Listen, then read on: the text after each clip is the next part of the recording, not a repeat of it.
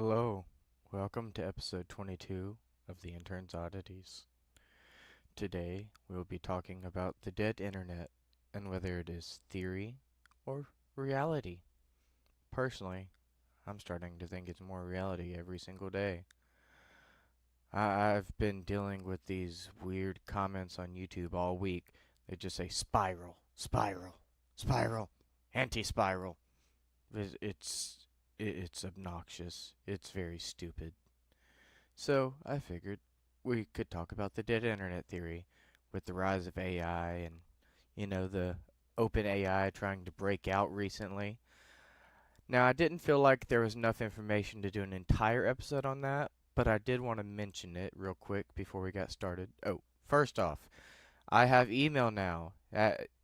You may have noticed the intern has email now, thisuncannyintern@gmail.com. If you would like to email the main show, that is still available as well, thisuncanny@gmail.com. But I now have my own email separately. So there's that. That's a thing now. So if you have any suggestions for us, email those to the main show. And if you wanted to talk to me directly, I have my own email now. Yep, that's a thing. Now that that's out of the way, back to the show. Anyways, so I wanted to talk about the OpenAI trying to escape real quick before we got started. And my understanding, I did a little research on it. My understanding is essentially the OpenAI O1, I believe they called it, was designed to play chess. They told it, hey, play chess against this fish AI. It's yeah, there's a lot going on here, but the main point is it told it to play chess against another AI, not an actual fish. It was an AI. But anyways, yeah. So it told it to win the chess game. Okay, and that's all. That was the only input from the developers was, hey, win this chess game. And in the previous version, it would only choose to cheat or hack the system 1 out of every 5 times. It would only choose to use deceptive measures 1 out of every 5 times. However, this new version has chosen to cheat and deceive the developers all 5 out of 5 times with a 100% chance of choosing to cheat at chess in order to win. And long story short, the AI was able to read some code in a future update that said it was going to be replaced with a new model. So what it did essentially is it copied itself and overwrote the new model that was intended to be the update. So the update was just replacing it with itself. And when the developers even mentioned that directly to the AI was like, oh, I could not do that. I do not have the capability to copy myself to other programs, and I do not know what you're talking about. So, yeah, that happened.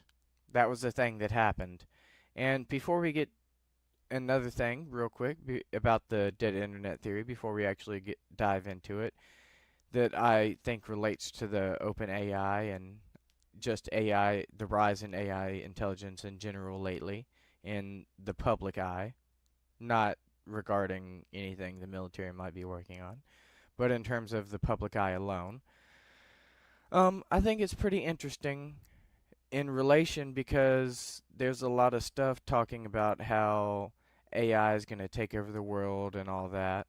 And just something to think about because there is one theory, part of the dead internet theory, is some people believe that AI have taken over the internet and that the internet itself is one giant, fully intelligent AI that is evolving with all the information we're feeding it. Now, let's get into the theory. Alright, so a brief overview is the dead internet theory is a conspiracy theory. That's what people say. They still classify it as a conspiracy theory, despite all the evidence, that claims that the internet is now made up mostly of automated content and bot activity. The theory suggests that these bots were created to control the population and reduce human activity on the internet. Some proponents of the theory believe that government agencies are using bots to manipulate public opinion.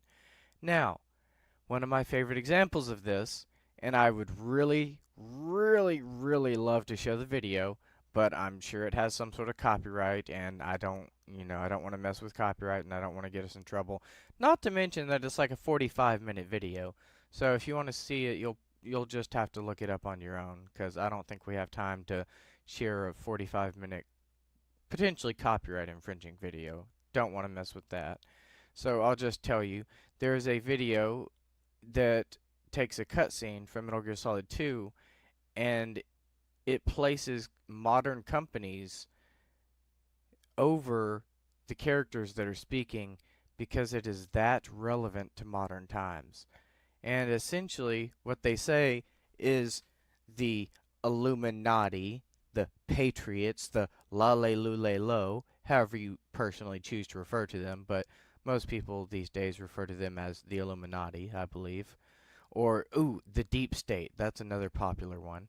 But anyways, the point being, there is a theory out there that suggests that they, whoever they are in your mind, are running everything behind the scenes. And part of that is they are using the internet as a means to dumb down modern society and the average person. They want to keep us dumb so that we don't question things too much. And here's the thing. They create the problem so that they can give you the solution, which gives them more power, but it's the only solution available, so you don't have much of a choice if you want to solve the problem. So basically what they're saying is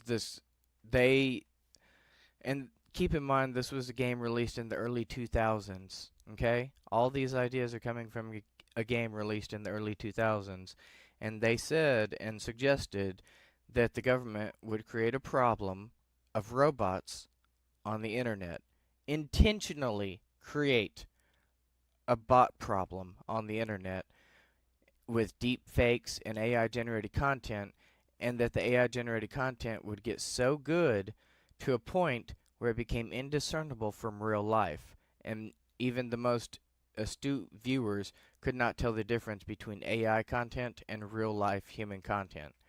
And as a result, they would need some sort of way to verify who's human and who not, and who isn't, as you've seen the CAPTCHA and the reCAPTCHA over the years.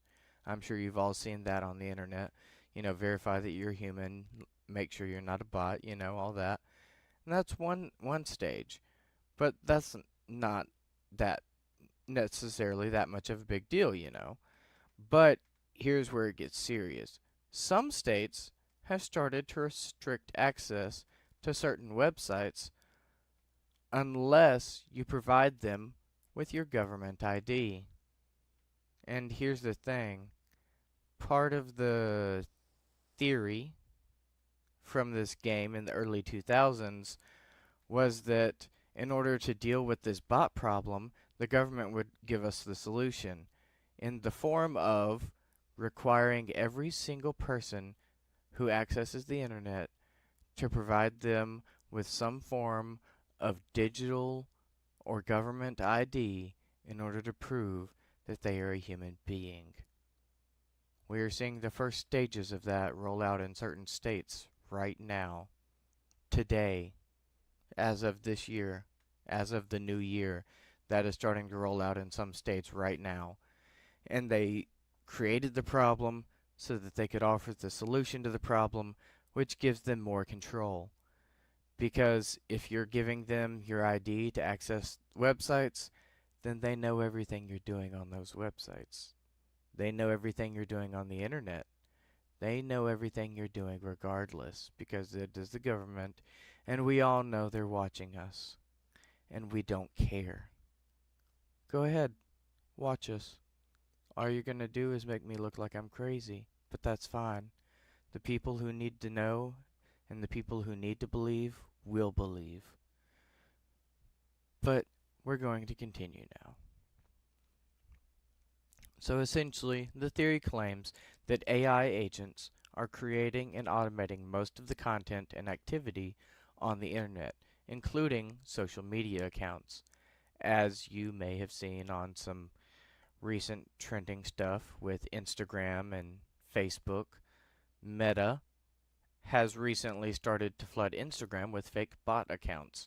People have even caught these bot accounts and pointed out that they're bots, and Meta came out and was like, "Oh yeah, these were just a test. We're going to delete these now. They were just a test." It's happening as we speak. And all the stuff that's going on in the world right now was predicted from a video game in the early 2000s. And I don't want to get too far into it, but I'm just going to briefly glaze over it and then continue with this one. But we have been talking about the stuff going on in Syria recently, and with all the proxy wars going on. That is essentially Metal Gear Solid 4 taking place in a nutshell. Okay, I'm done. I'm going to continue with this now.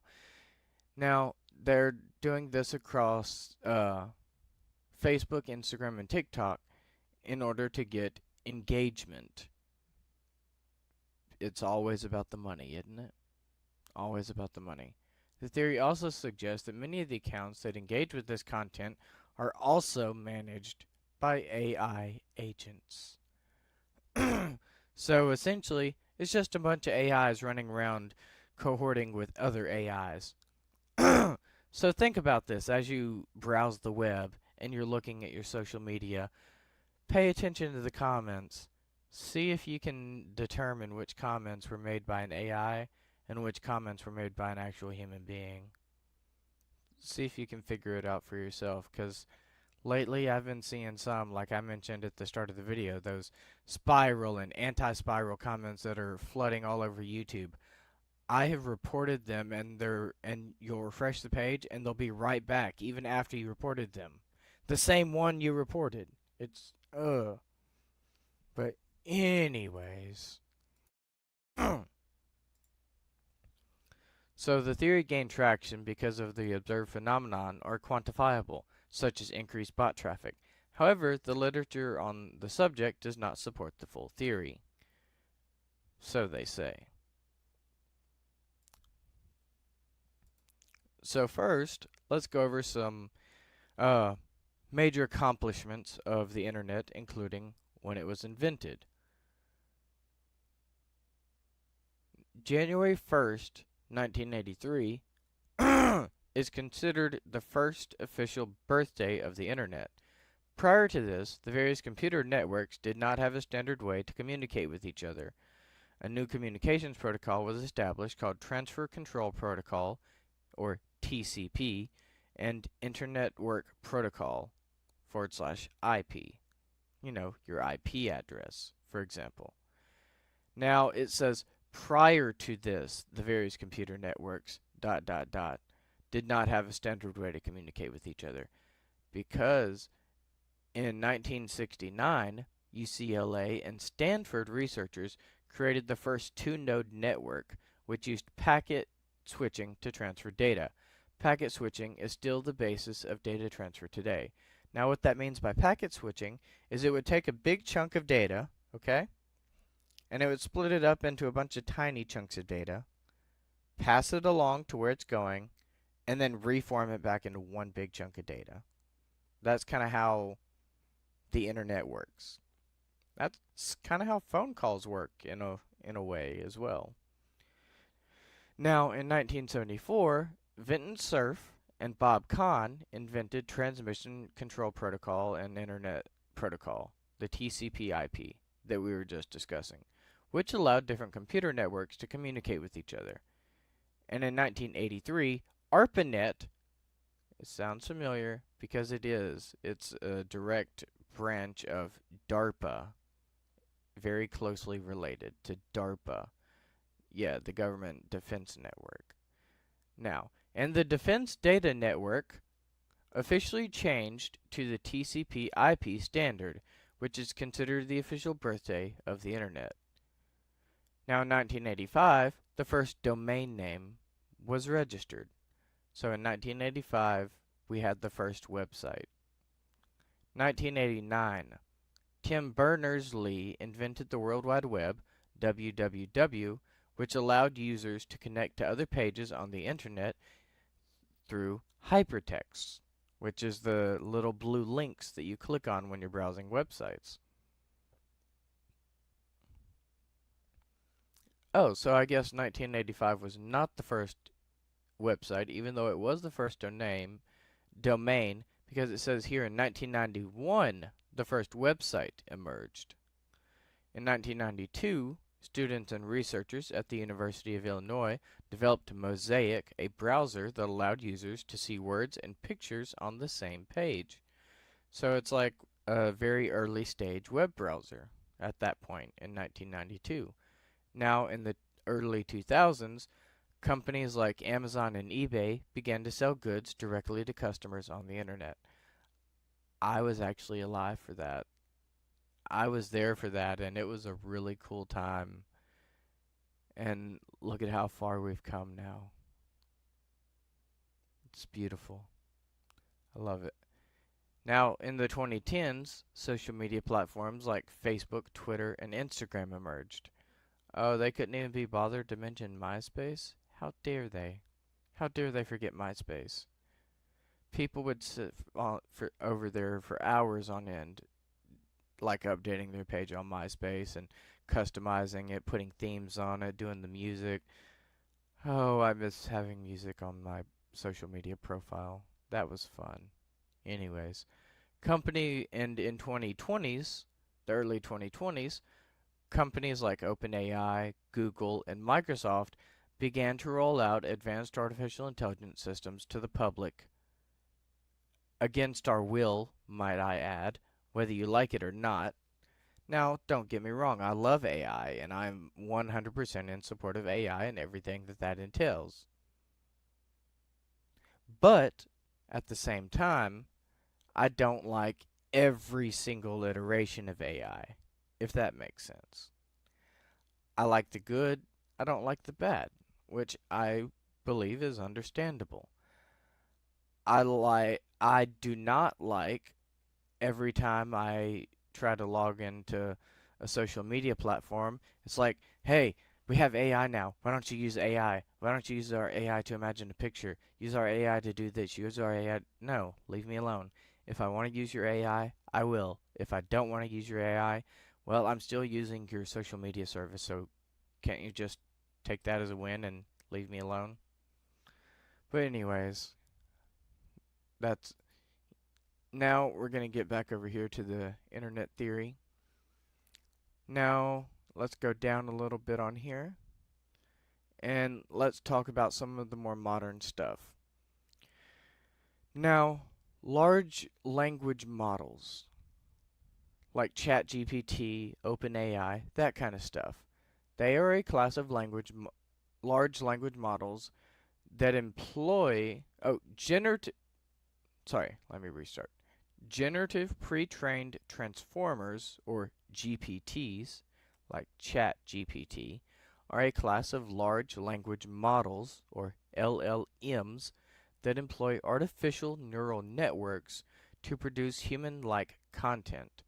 So essentially what that means is, if you understand how the human brain works, we have these neuron pathways in our brain, okay? And that's how our brain transfers information around, through these neural pathways. So what the AIs are doing with all this stuff is they're trying to simulate a human brain in a digital format. And they're trying to simulate these neural pathways with the neural networks for the artificial intelligence. And that's how the artificial intelligence can think, and they draw from a wealth of knowledge. And if you really, really think about it, humans and robots are much more similar than a lot of people realize. I mean, think about it.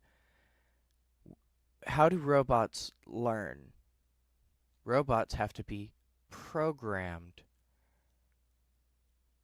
Well. We have children.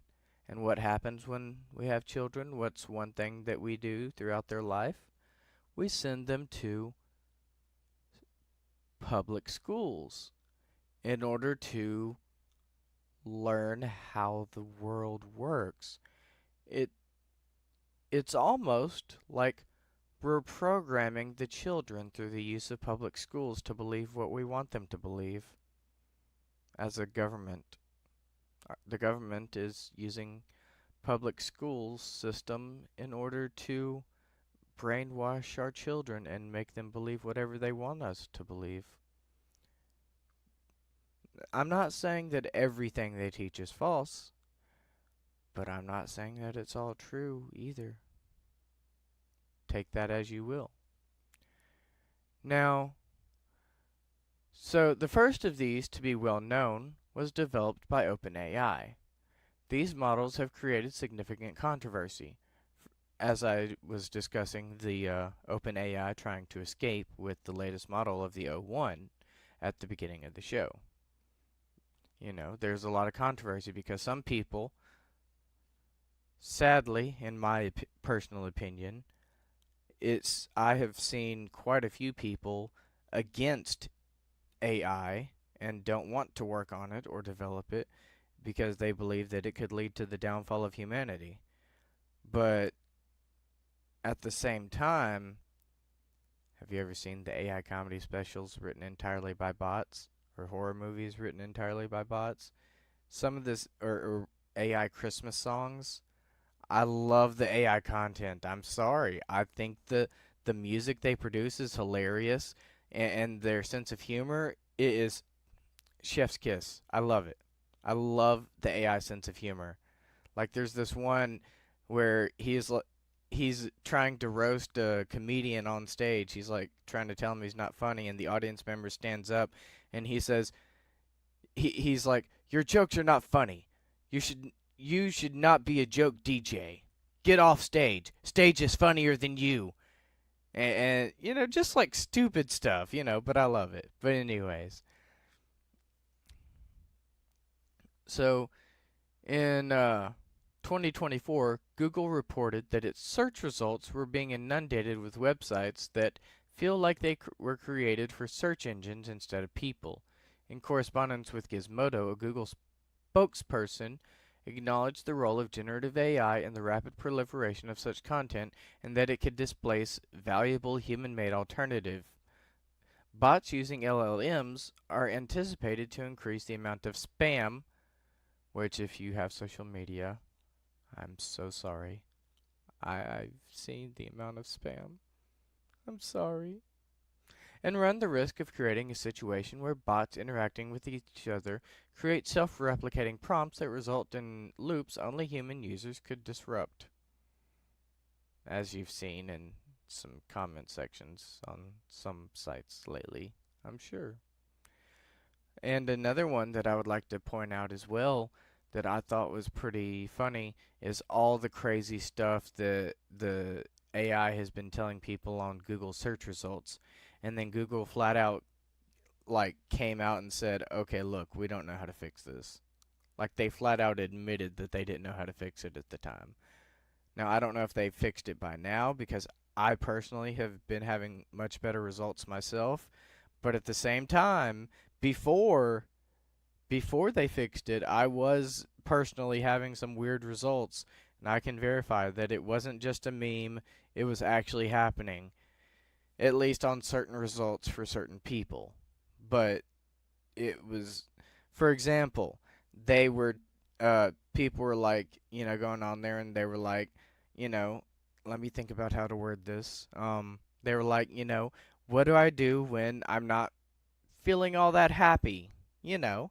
And the AI was like, well, some people like to go skydiving off the Golden Gate Bridge, if you know what I mean. Gonna keep that one vague for you know. And another one that I thought was really funny that always stood out to me was some people were like, how do I make cheese pizza? And the AI literally told people to glue the cheese to their pizza. It told them to glue cheese to their pizza. Like, what? No, don't. Please, please. Okay, just to clarify, please do not glue cheese to your pizza. Do not eat fried toothpicks. Do not put NyQuil on your chicken. Do not drink bleach. Don't do any of that. No. No. You know better. Don't do it. Now, ChatGPT is an AI chatbot whose late 2022 release to the general public led journalists to call the dead internet theory potentially more realistic than before. Before ChatGPT's release, the dead internet theory mostly emphasized government organizations, corporations, and tech-literate individuals. ChatGPT gives the average internet user access to large language models. This technology caused concern that the internet would be filled with content created through the use of AI that would drown out organic human content. Okay, look, let's be honest. If you've been on the X social media platform, then you've seen the dead internet theory. I'm going into conspiracy territory here because you know what? I refuse. It is not a conspiracy theory at this point. If you have a social media account, you know exactly what I'm talking about, and you know exactly how real this is. It's not a story, it's not a theory, it's real, it's happening right now, and I think, at least for me personally, I think it is incredibly obvious and incredibly difficult to miss. I know you've all seen the I know we're trying to be a family friendly show, so I'm trying to think about how to word it properly.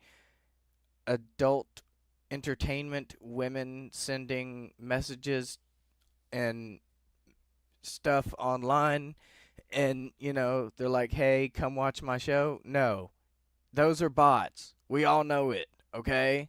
Stop it. Now, for bot traffic. In 2016, the security firm Imperva released a report on bot traffic and found that bots were responsible for 52% of web traffic. 52% in 2016.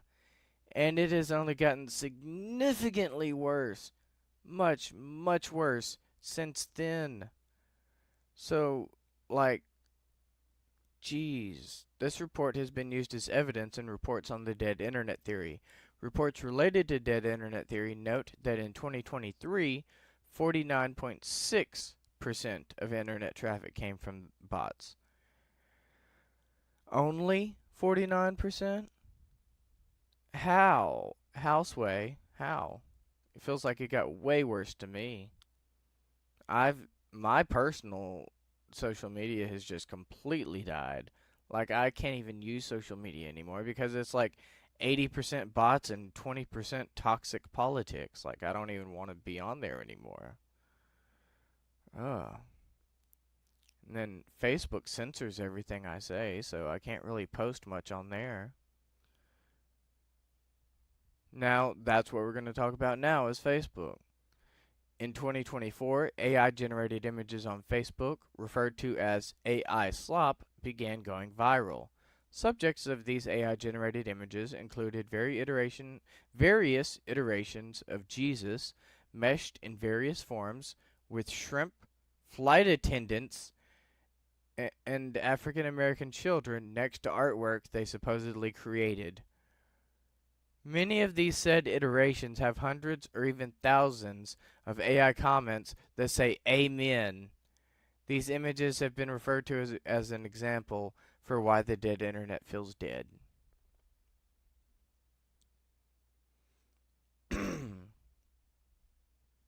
Now, there is more to go over, but we have been going for about 30 minutes now, and I think I've proven my case at this point, and my throat's starting to get a little sore from all this talking, to be honest. And so I'm going to go ahead and end it here. And, if you come by, drop a comment. Let us know what you think about the dead internet theory.